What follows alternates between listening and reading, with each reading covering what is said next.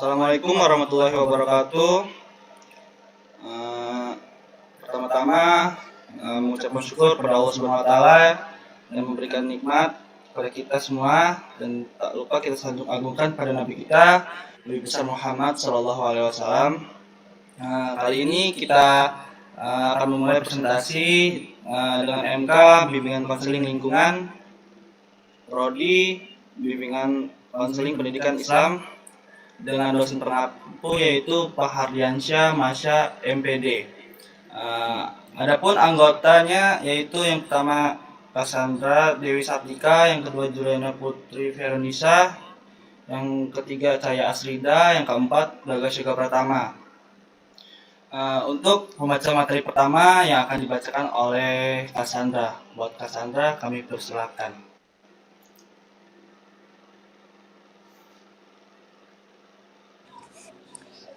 Terima kasih moderator. Yang pertama itu A, memperhatikan lingkungan etis. Seringkali kita menganggap remeh lingkungan etis kita, bahkan ketika kita mengalami hidup di dalamnya. Tentu saja kita telah dilibatkan ke dalamnya, kita terus-menerus dipengaruhi olehnya, dan kita memanfaatkan sumber dayanya setiap kali kita melakukan evaluasi etis, memikirkan apa yang harus dilakukan, dan seterusnya. Tidak seperti beberapa sumber daya lingkungan, alam, sumber daya yang terkandung dalam lingkungan etis tidak akan pernah habis, karena sumber daya tersebut terdiri dari gagasan, kosakata, pendapat, dan sebagainya. Namun kita akan melihat nanti bahwa sumber daya tersebut dapat dilemahkan dengan cara yang berbeda.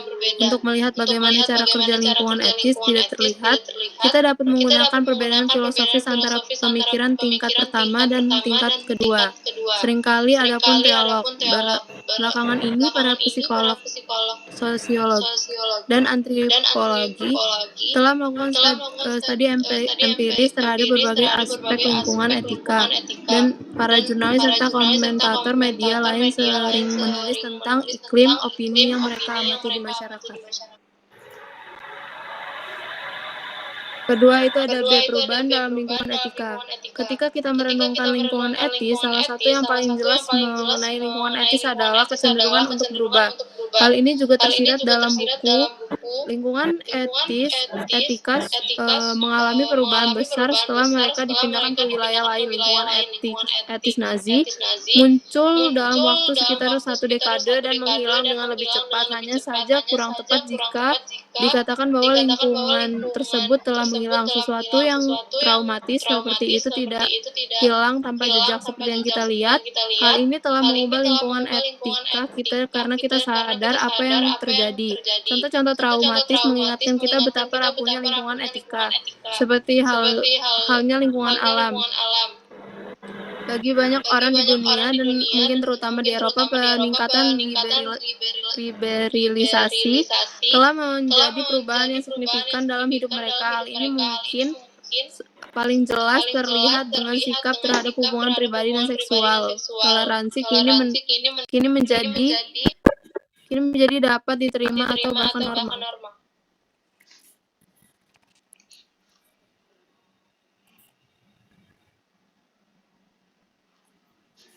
Baiklah, yang selanjutnya akan disampaikan oleh saya sendiri, mengevaluasi lingkungan etika. Ketika kita mengevaluasi suatu tindakan sebagai benar atau salah, atau suatu keadaan sebagai baik atau buruk, atau ketika kita memiliki kualitas seseorang untuk dipuji atau dicela, kita mengambil tindakan dalam lingkungan etis kita dengan menggunakan ide-ide yang tersedia, mengulas banyak cara yang dapat kita lakukan untuk melakukan hal ini. Namun, hal ini menimbulkan pertanyaan, bagaimana kita dapat mengevaluasi lingkungan etika kita sendiri. Kita tidak dapat melakukan evaluasi dari sudut pandang apapun yang sepenuhnya berada di luar lingkungan etika kita. Karena jika kita dapat melangkah keluar dari sudut pandang tersebut, kita akan melakukan tidak punya dasar untuk melakukan evaluasi sama sekali. Yang D, mengubah lingkungan etika. Perubahan dalam lingkungan fisik dapat mempunyai pengaruh sebab akibat terhadap lingkungan etis. Hal ini hanya dapat terjadi melalui pengaruh lingkungan fisik terhadap manusia. Tidak ada proses yang murni bersifat fisik yang dapat menyebabkan perubahan dalam lingkungan etika. Perubahan pada apa yang dianggap dapat diterima atau tidak dapat diterima, pada standar yang digunakan oleh orang tersebut, pada hal yang disalahkan oleh sebagian orang terhadap orang lain, dan sebagainya merupakan perubahan dalam pemikiran dan aktivitas manusia.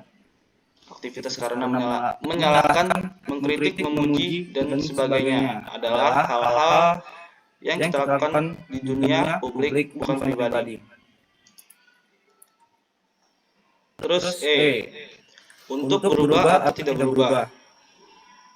Setiap perubahan dalam iklim di sekitarnya gagasan yang akan memiliki pengaruh menahan kekejaman atau yang akan kondusif untuk kebaikan yang lebih positif pasti akan menjadi sebuah kemajuan, tetapi ada pemikiran yang agak berbeda yang mungkin memiliki kekuatan yang lebih besar. Mereka yang khawatir dengan pemikiran ini mungkin akan mengungkapkannya sebagai berikut.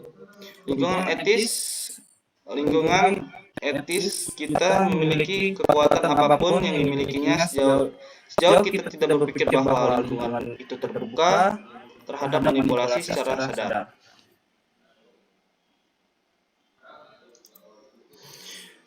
Tanggung jawab terhadap lingkungan etis. Pemikiran-pemikiran seperti ini tentu saja merupakan gerakan yang kita buat dalam lingkungan etis kita. Namun bagaimana dengan lingkungan etis itu sendiri? Kita dapat mengenali tanggung jawab kita untuk dengan cara yang sama. Aktivitas manusia dalam berbagai jenis, termasuk percakapan, tulisan, khotbah atau undang-undang, memiliki efek sebab akibat berpengaruh pada lingkungan etis kita. Maka kita dapat mengenali bahwa kita juga dapat memiliki efek di masa depan. Dan sejauh itu kita dapat menerima tanggung jawab, moral tanggung jawab atas kualitas lingkungan etis kita di masa depan. Selanjutnya yang akan dibacakan oleh Juliana, buat Juliana saya persilakan.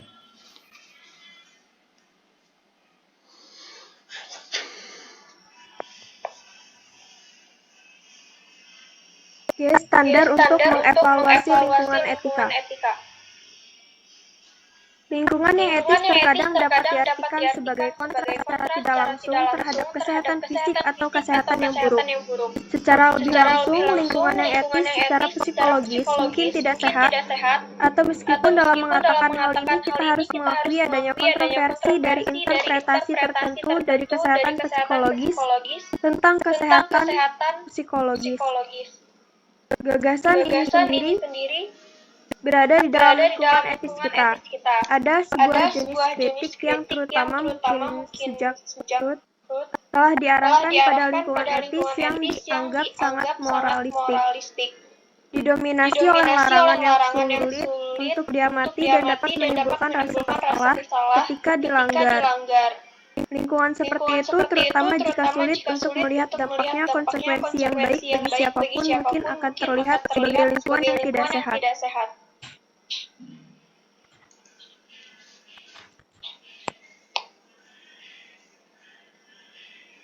Pentingnya keberagaman dalam lingkungan etika.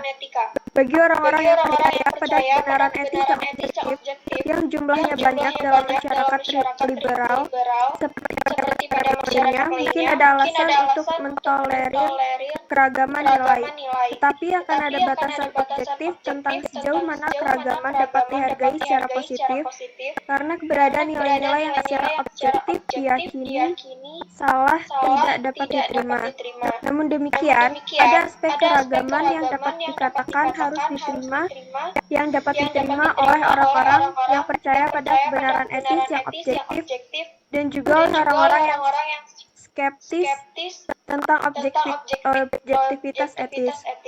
Untuk melihat hal ini, kita perlu memberikan penekanan bukan pada keberagaman dalam isi dari keyakinan orang tentang apa yang benar dan apa yang salah, tetapi pada keragaman.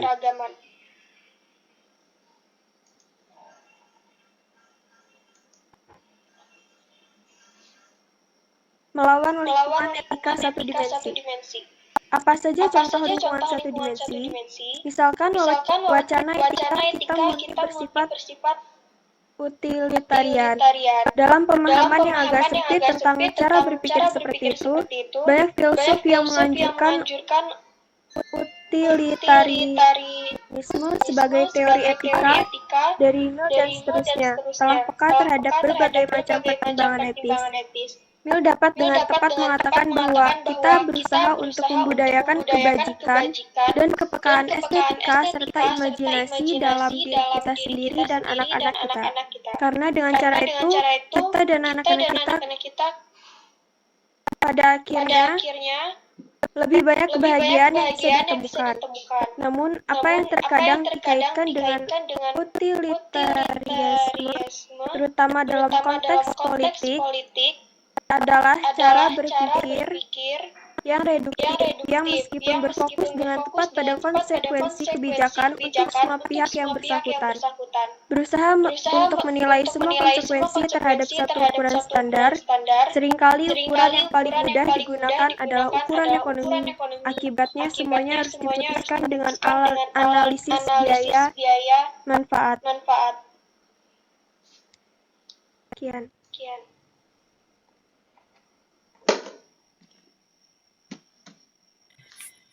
Baiklah, terima kasih pada para pembaca materi.